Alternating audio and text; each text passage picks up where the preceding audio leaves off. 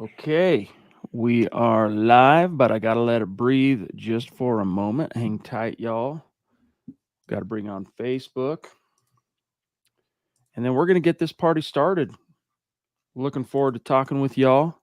And can't forget these Instagram peeps.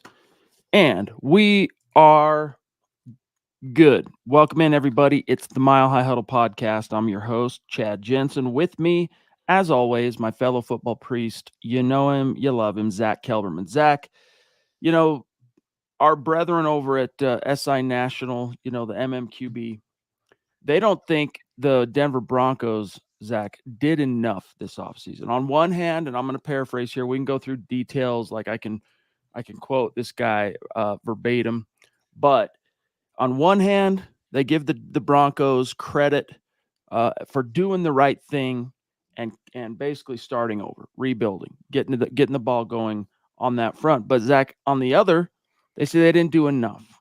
So maybe there's a little cognitive dissonance there. I'm not sure, but your reactions.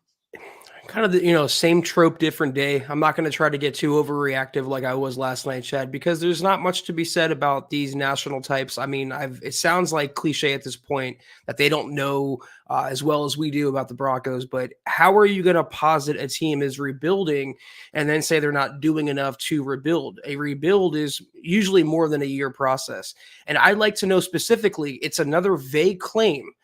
Specifically, what didn't the Broncos do enough? They moved on from Russ. They got the quarterback that Sean Payton wanted. And if you look at the roster, those of us, Chad, you and I, and all the other people listening right now know the roster, maybe except for Simmons, maybe Josey, Jewell, they didn't get worse elsewhere. And they went 8-9. A lot of these media types are acting like the Broncos were the Panthers when they're far from it. Well, it's interesting because I always butcher this guy's name. No offense to him. Like I'm not trying to throw any shade whatsoever. But his name, what is it? Zach Matt Verderami. Verderami. Is it an E sound at the end? Apologies. That's genuine. I just don't know. Um, but Zach, he's like, hey, look, the Broncos. He acknowledges that they absorbed 85 million in dead money over 2 years after the release of Russell Wilson. And then he goes on to talk about how the roster is short on young talent because of the aforementioned trade. Now I didn't stipulate this in the article, but I would argue that that's maybe perhaps one of the flaws of this roster is that it's all young roster. Like you don't have many proven vets anymore, and you had to make some decisions there. You had to kind of make exceptions and trade offs, right? Because you knew that by moving on from Russ, you were going to eat a boatload of dead. So some tough decisions. You released Justin Simmons. That was one of your veteran talents, right? Unfortunately, you're pretty much forced to decide we can't compete to bring back Josey Jewell. We can't compete to bring back Lloyd Cushenberry. We're still strapped. We got to trade Jerry Jeudy just to get some breathing room, right? And then here you are. I don't think it's a matter of they're lacking young talent. I think the young talent's there. It's that you need that to be balanced with a little bit more kind of proven veteran presence. And that's where I think maybe some doubt creeps in on whether there's enough there for the Broncos. But once again, Chad, it seems like these arguments are stooped in bias and emotion, not logic. You want the Broncos to have young talent. How do you accomplish that in one offseason? Because I think the argument here, the premise, is that they didn't do enough in 2024. You can argue that the 2022, 2023 draft classes weren't impactful, but there is young talent on this roster. And then, you point to Russell Wilson or Simmons, the case here is young talent. And I bring to Exhibit A Quinn Miners, Patrick Surtain. Javonte Williams was pretty good a couple years ago. Marvin Mims was a Pro Bowler as a rookie, be it as a returner. You have staples on the defense that you're excited about. No one's expecting, Chad, them to be hoisting the Lombardi in February, but to constantly make it seem like they're the worst team to ever take the football field, I can't get with it, and I never will. I can't either. Let's see what's on the mind of the peeps, like Papa Bear. Always starting us off. Thank you, David. He says, good evening to everybody. Broncos Country, Chad, Zach, Deacon, Scott, 12-5, Buckham. MHH for life, Broncos for life. Bo knows, Nix for 6. Love that. Thank you, David. Sam Bam jumping in. Thank you, my friend, to say, evening, Chad and Zach. Hope all is well. Go Broncos. Yes, it is. And it's always well when we got Sam Bam in the Sure. house. That is for show. The Boogmeister, great to see you, my friend, says, hey, what's up, big dogs? Hope all is well.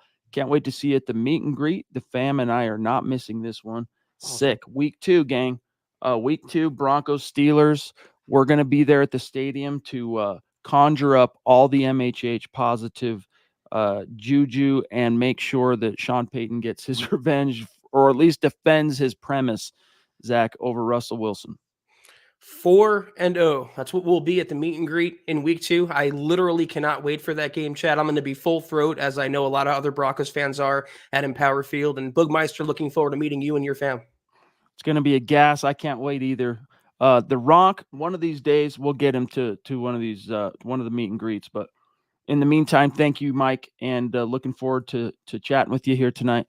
Anthony Tillman jumping in early. Thank you, my friend. He says, evening MHH priests, are you guys concerned Vance Joseph will allow 70 points again, 50 points? Yeah, unfortunately, Zach, I'm traumatized a little bit on the VJ front. He did much later in the season, especially Zach, during that winning streak, to kind of take the sting and the edge off of my trauma from that brutal, historically poor start to last season. But because of the trauma, now I'm just like wounded.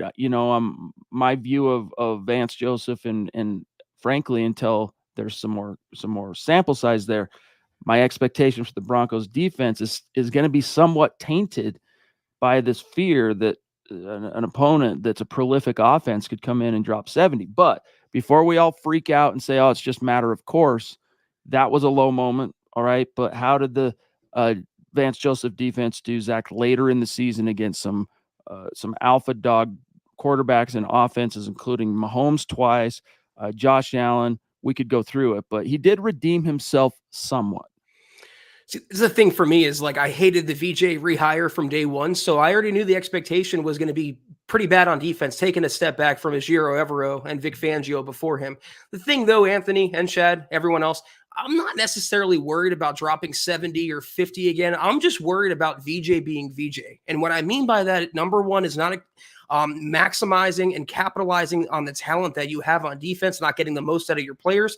And number two is always falling short in crunch time, Chad. You don't have to allow 70 points, but when you need to stop in the fourth quarter, when you need the defense to rise up, to not break, but to only bend, it seems like VJ comes up far too short on that side of the ball. And he has someone now in Jim Leonard who's going to take his job really quickly if he gets to even half of 70. Yeah, I think one thing too is, like, we talk about some of the veteran losses the Broncos have suffered this offseason. Back end mostly. Up front, it's a lot of the same guys, only what the Broncos need to really bolster VJ and everybody else on the back end is a consistent pass rush. And I think we've talked a lot about how John Franklin Myers helps to kind of lift those ships, how it's going to help Zach Allen. But really, what Broncos fans should be hoping and praying for is a healthy Baron Browning front to back, because kind of like the Kenny Booker article yesterday, if you get a healthy Baron Browning for all 17, it's very unlikely that dude's not going to eclipse double-digit sacks. And so as a compliment, Zach, if you're getting 7-8 sacks from the other side, each guy combined, Jonathan Cooper, Nick Bonito, maybe Jonah Ellis swoops in, gets 3-4 sacks, something like that as a rookie. Now you have pressure.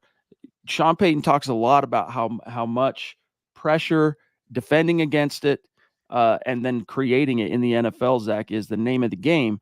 That is really where it starts. Even last year, you look, one last thing, Baron Browning missed basically the first half of the season, comes back in, getting his feet underneath him. I think he finishes with 5 sacks. Well, it just wasn't enough, dude. Like, there wasn't enough pressure between Cooper, Bonito, everybody else. Zach Allen started to find his stride, but when quarterbacks can kind of sit back there and just take their time and dictate and dissect, like, really makes it hard to put a lid on them.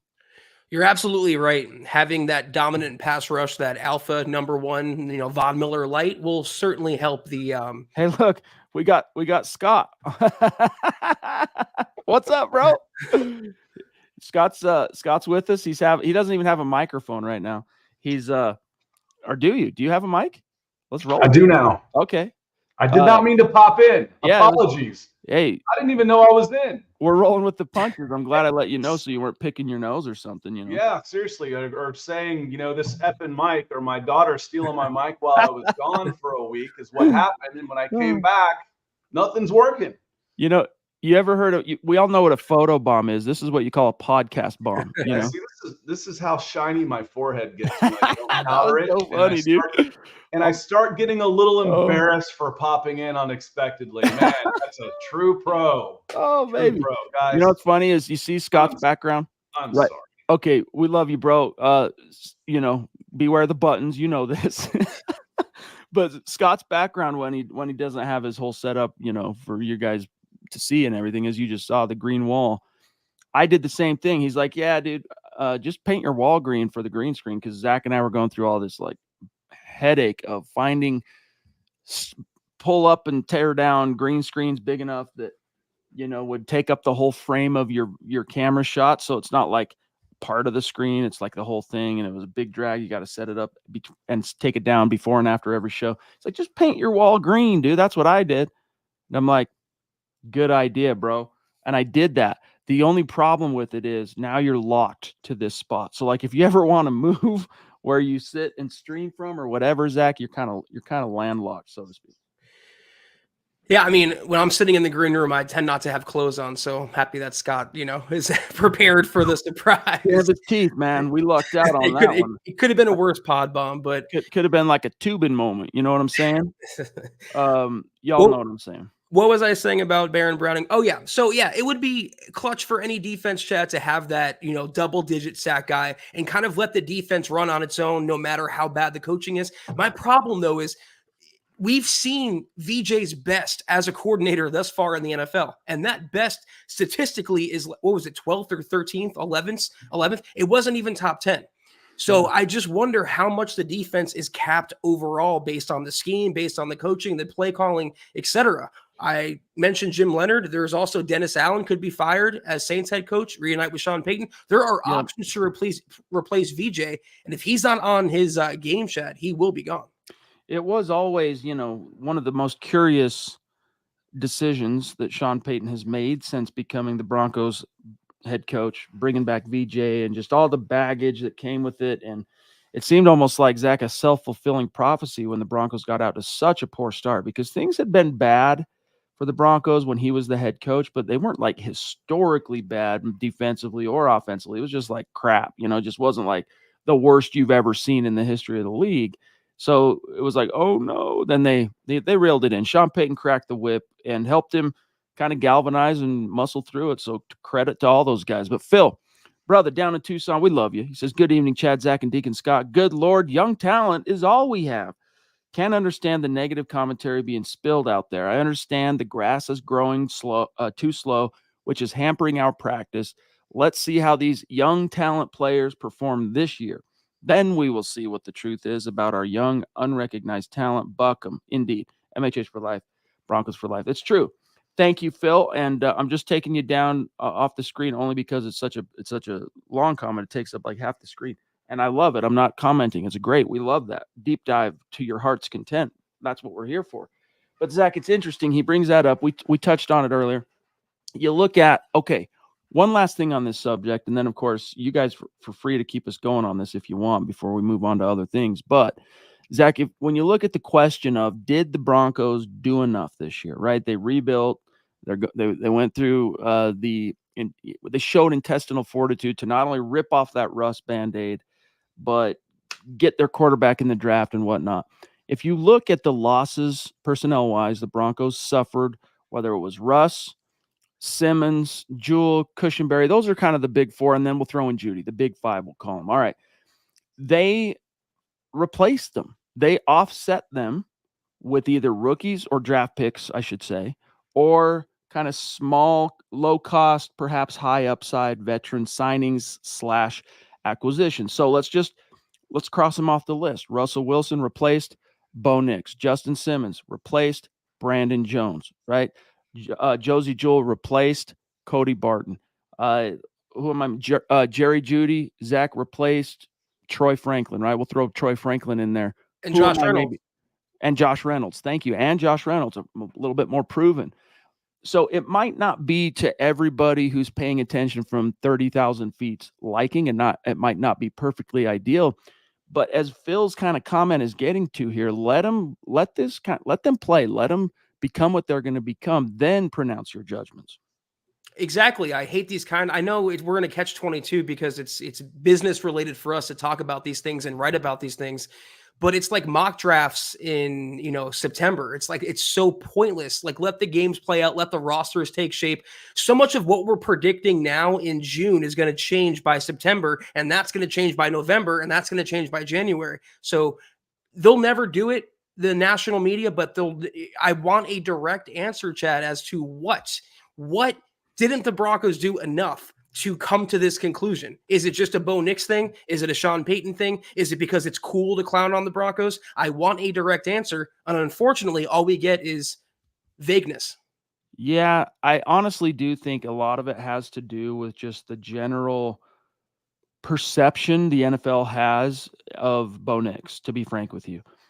Would you be getting, for example, Zach, articles like that? And again, no disrespect to him, much love and respect. They're SI National, MMQB, nothing but love and respect. But would they still be saying that if by some twist of fate the Broncos managed to, trade up and draft Caleb Williams or Drake May or Jaden Daniels? Would that still be the kind of book nationally? I have my doubts. I think a lot of this does, Zach, stem from not only kind of the Bo Nix, our version of, this era anyway, the let him hate stuff relative to Bo Nix. And also, Zach, just this perception that, the Broncos could have drafted him in the second round, the third round, whatever. Sean Payton, I want to talk a little bit more about this later, but in a very interesting podcast with Jay Glazer, it's more like two buddies forgetting there's even a camera and a microphone on, just like yucking it up. It was really interesting.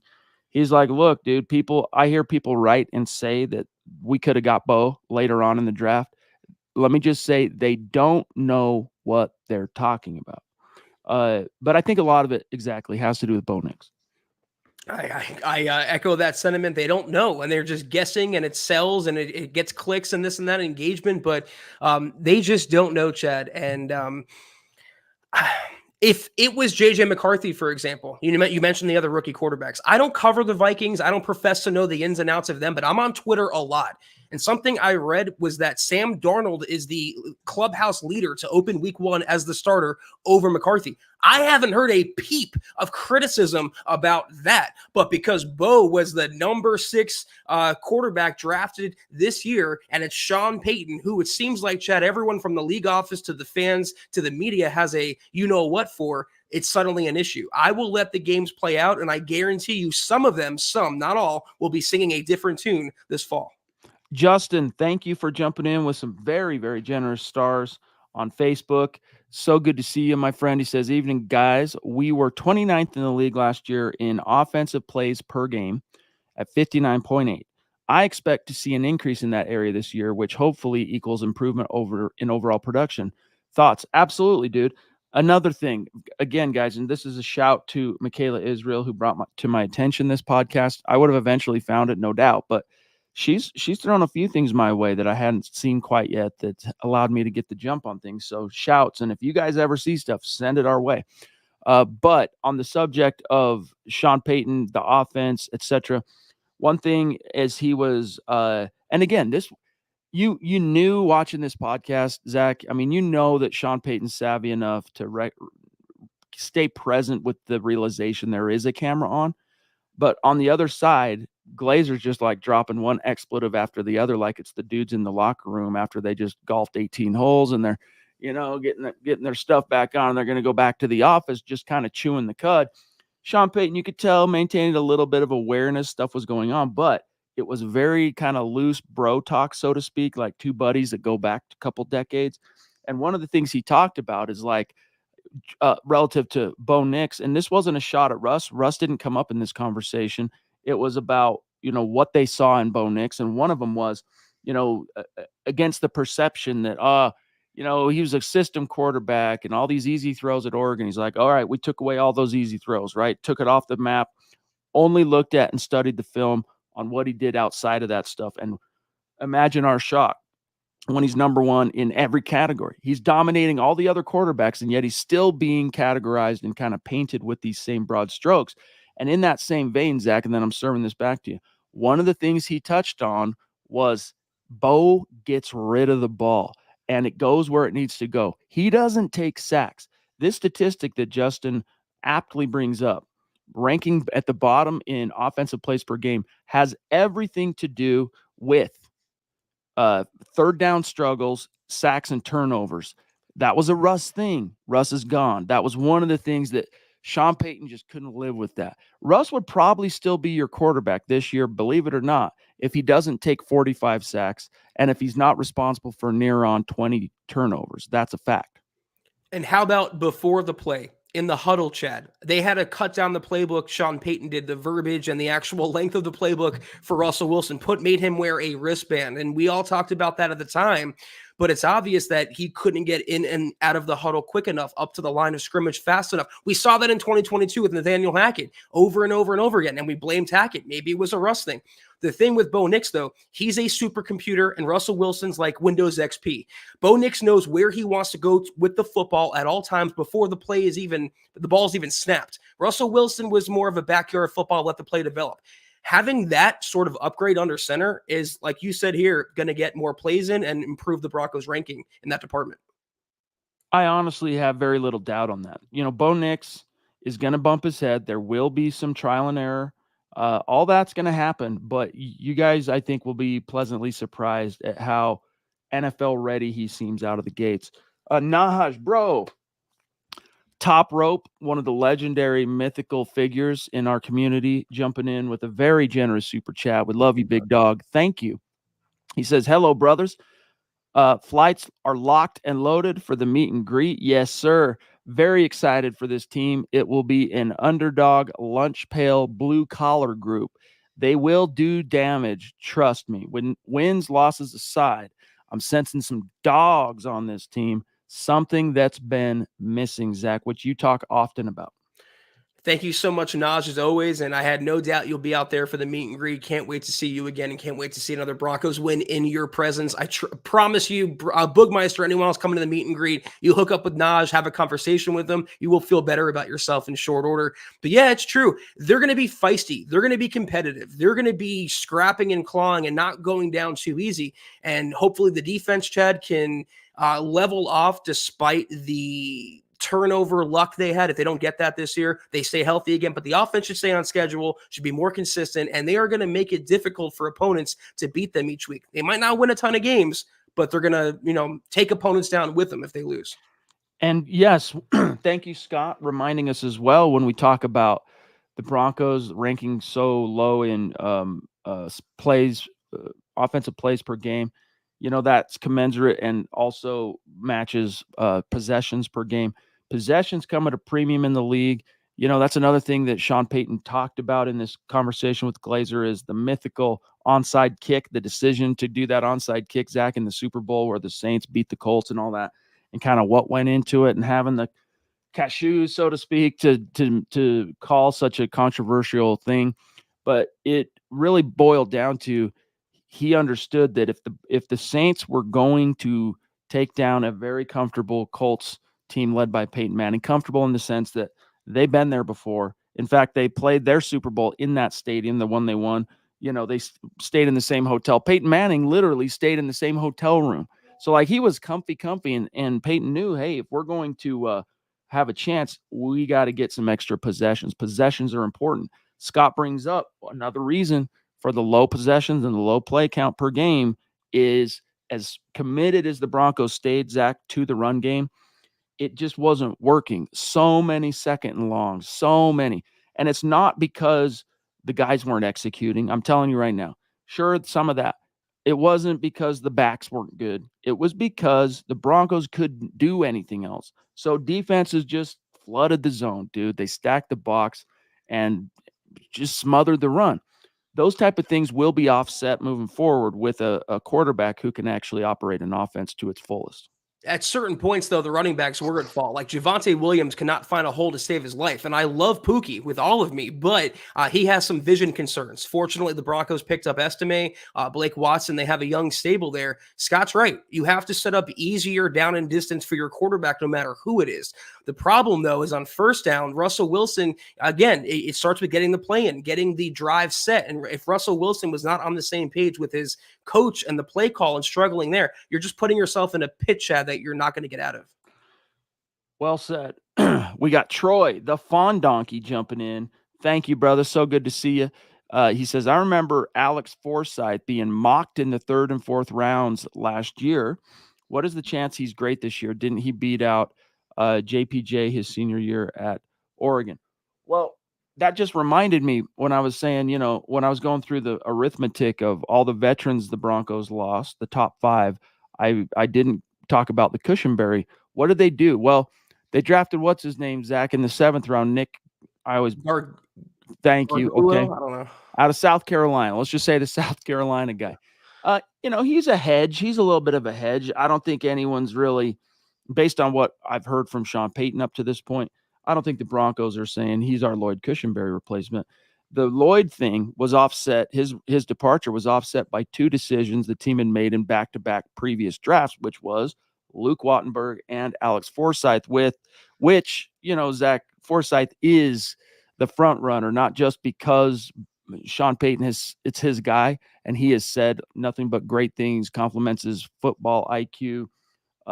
We see him as a starter in our league, etc. All that stuff, which I've never really heard him say about Wattenberg, and albeit Wattenberg wasn't his pick, but then you get that familiarity of the Bo Nix and the Oregon thing and them having played together for a full season in 2022. Yeah, I think he ends up being your 1-for-1 replacement for Lloyd Cushenberry. Yeah, but Troy, the thing is, will he be great? I don't know about that. Could he be serviceable? Yeah, more than likely above average his first year as a starter. I look back to last season. Was Lloyd Cushenberry great? No. Was he pretty good? I'd say yeah. So if Forsyth can be even in that territory, I'd be happy working with Peyton and Zach Shreve. But the most important thing, as Chad touched on there, the familiarity with Bo Nix, having that center quarterback connection already down pat. Chad and I have talked about at length how important the center is to the offensive line, making the calls, kind of like the QB of the OL. Having them simpatico from day one is a big boost. It's kind of interesting. Jackson Powers Johnson, my everybody knows my last name. On my mom's side, the family name is Jackson, right? Just like Michael Jackson, Jackson, or Mark Jackson, right? The famous Broncos receiver. I really wanted to name one of my kids Jackson, but I couldn't get past Jackson Jensen. It sounds too the same, right? Jackson, Jensen. I couldn't do it. My sister ended up using it for her boy. But she got married. Her name was different, so no problem. This guy, Zach Jackson, I guess he's got the hyphen though, right? Powers Johnson. But Scott brings up here too. JPJ was a starter the last 3 years. So they played together in 2022, center and guard. But anyway, thank you for that clarity, Scott and Troy. Appreciate the support, my friend. I'm really excited to see how things shake out with Forsyth and the dynamic there with Bo Nix. We got Lawrence. What's up, bro? He says, what time is it? Tea time, and it's not even me. I love the title, and yes, they didn't do enough, he's saying. Zach Wilson coming in hot, I heard, but that's expected from a first-round pick of his class. No. What you're reading is a headline that said, which was nothing new. This was nothing new. It just made for off-season content. Zach Wilson in the mix for the starting job. We already knew that. That's been established since he arrived here, and the immediate aftermath of the draft. We knew that, and that he's in a good state of mind. And what the Broncos are focused on is repairing his confidence. If the Broncos are focused on repairing his confidence, how much do you think he's really actually factoring into the starting job, Zach, when you have a handpicked guy in Bo Nix and a you can still say semi-handpicked guy in Jarrett Stidham, in the sense that Broncos could have signed a lot of different veterans in Sean Payton's first offseason here, but they did sign Jarrett Stidham to come in and be the backup. Well, here's an alternate headline. Zach Wilson throws pick in minicamp. Here's a subtext to that, Chad. Zach Wilson is who he is, and he will always be who he is. It'd be naive at this point, Lawrence. I don't know if you're being sarcastic or you're joking around. It would be naive to think that Bo Nix is not going to be the Broncos' week 1 starter, barring, as usual, knock on wood, injury. And that's another thing. And then I'm going to grab Michaela talking, going back to that Sean Payton, Jay Glazer podcast is, he really just waxed poetic about what he saw in Bo Nix, shared some additional anecdotes about their meetings and, the pre-draft private workout and whatnot, some interesting stuff there. But relative to Bo Nix, he's like, look, we thought we saw a guy, I'm paraphrasing here, that was basically NFL ready and a great fit for us.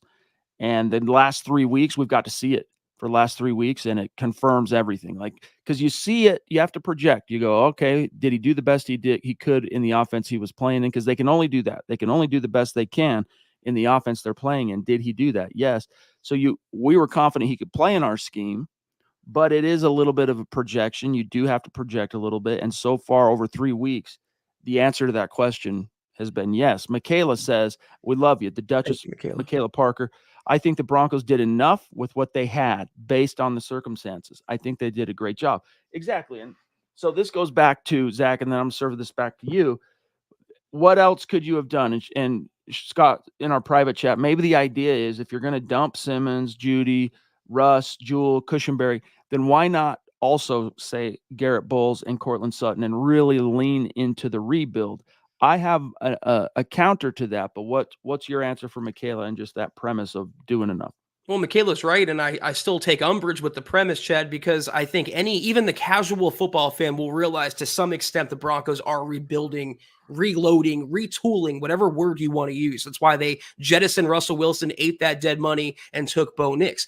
What would you want them to do? What more? Go out and trade for a superstar receiver or throw all this money around that you don't have?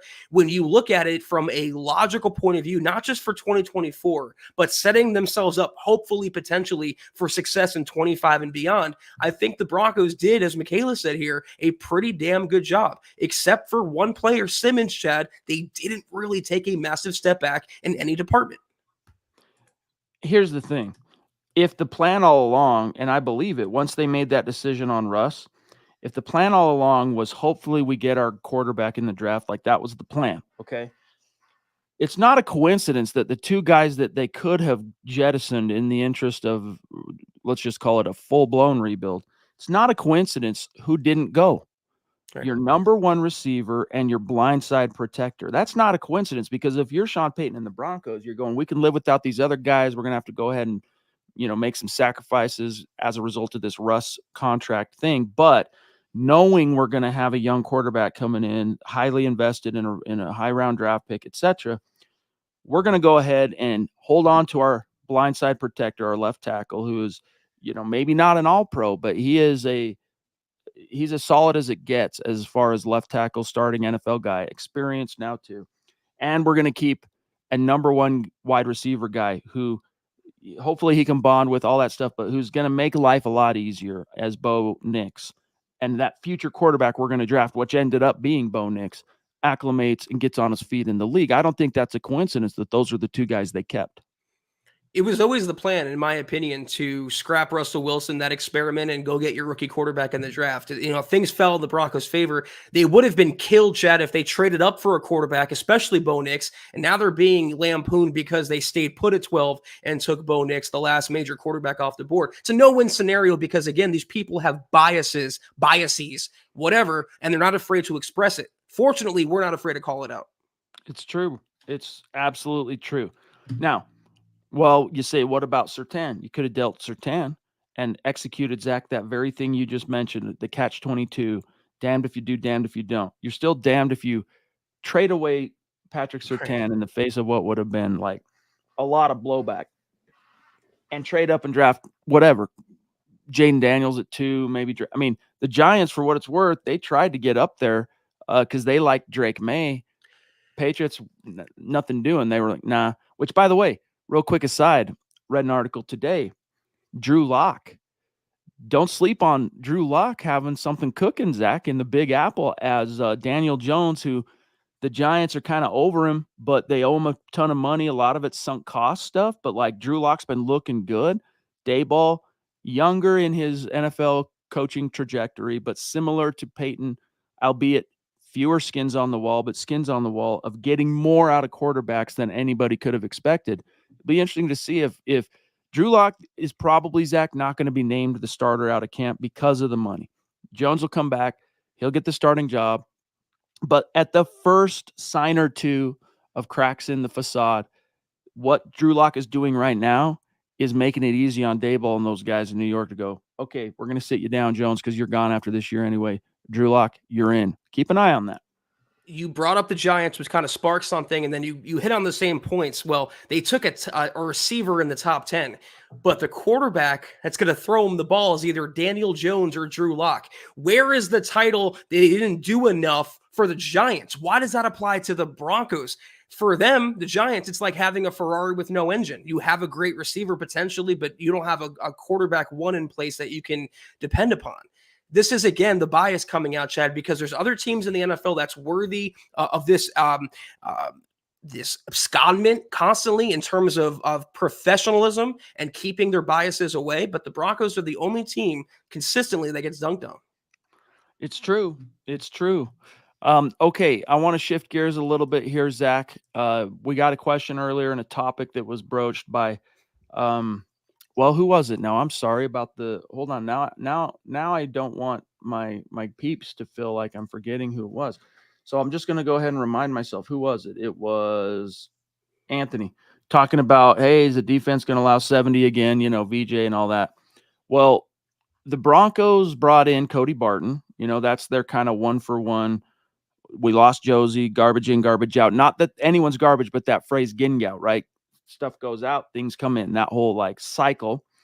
You replace Jewell with Barton, although I got to say, you listen to Eric Trickle, and this is a guy, as you guys know, I trust his read on football like a lot.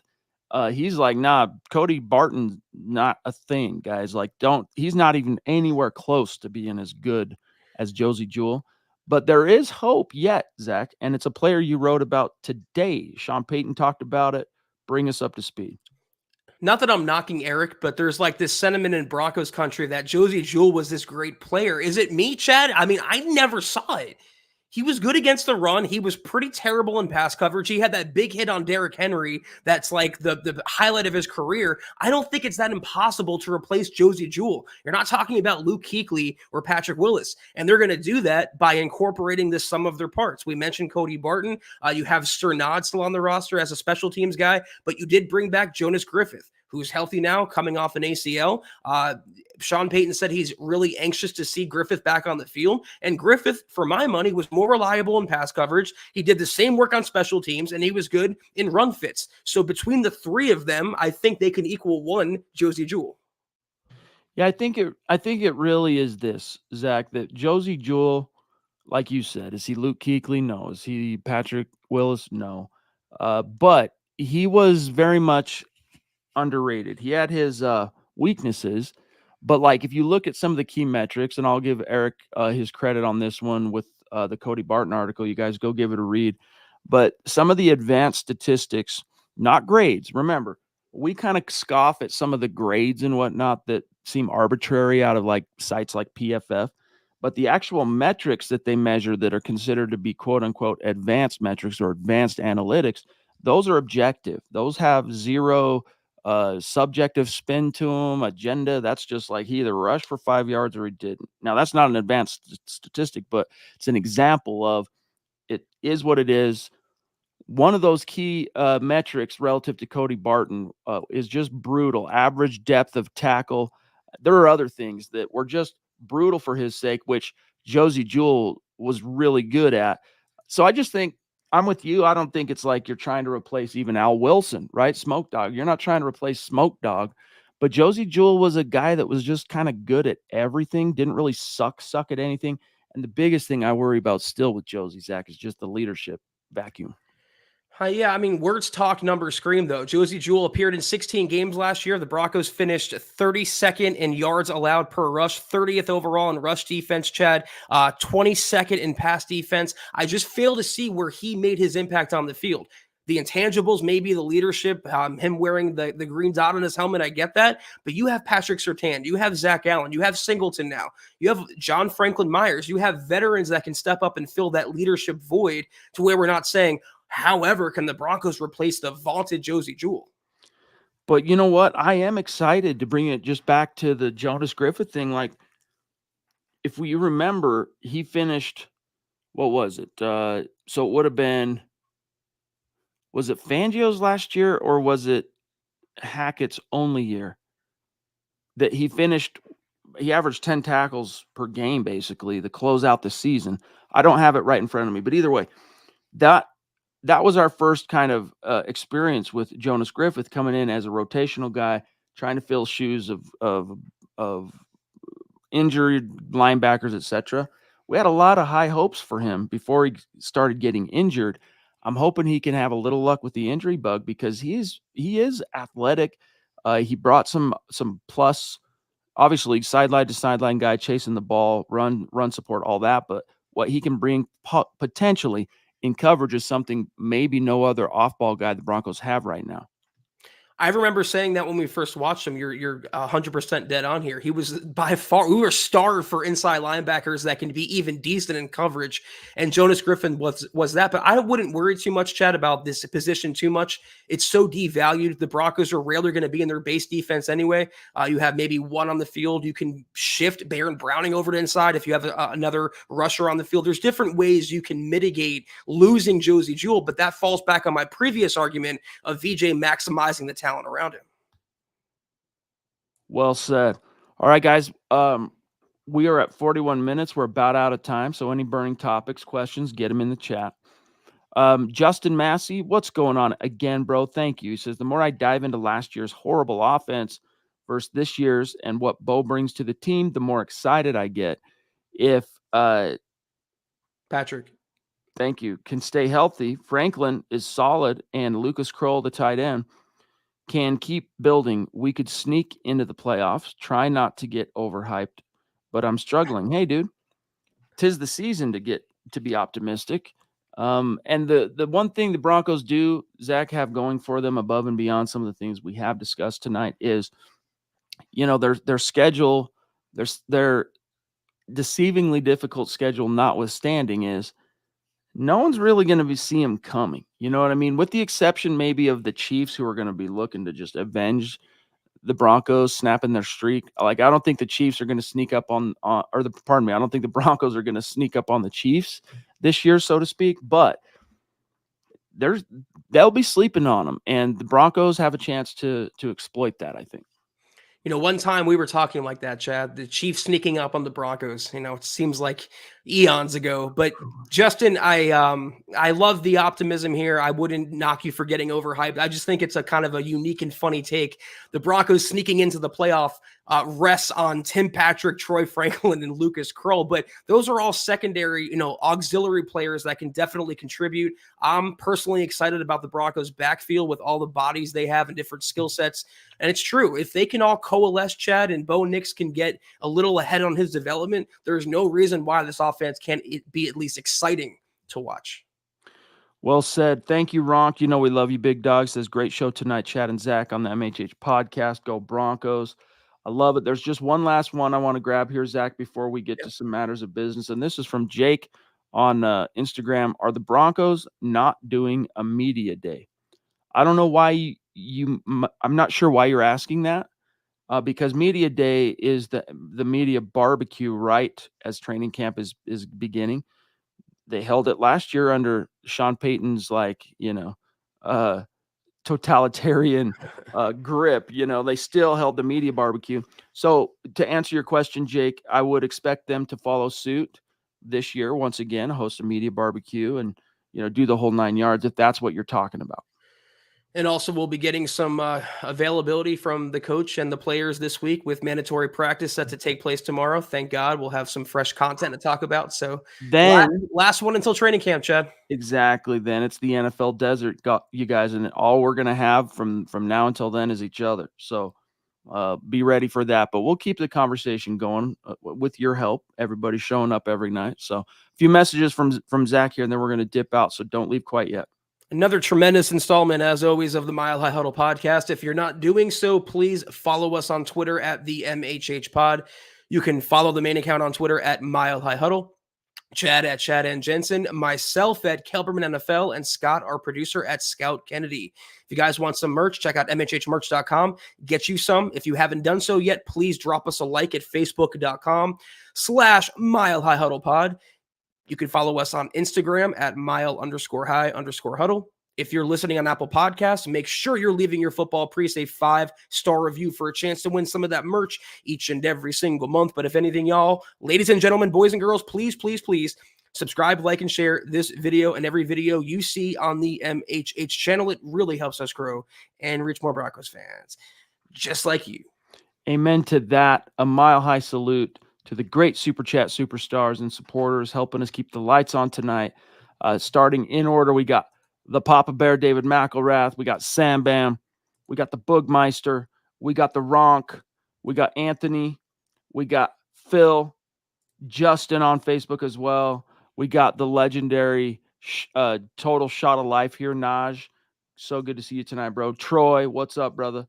Lawrence. We got the Duchess, Michaela Parker, rocking her still brand new Bo Nix jersey. I love it. More from Justin, more from the Ronk. Thank you guys. Seriously, we appreciate you. We love you. Can't wait to talk to you guys again on Thursday. Things get serious tomorrow with mandatory mini camp. It runs Tuesday, Wednesday, Thursday. So when we return Thursday night, it'll be the last day, or have been the last day of mini camp. We'll have a lot to talk about, no doubt. Looking forward to it. Have a great start to your week, all. We'll see you Thursday night. Take care, and as always, go Broncos.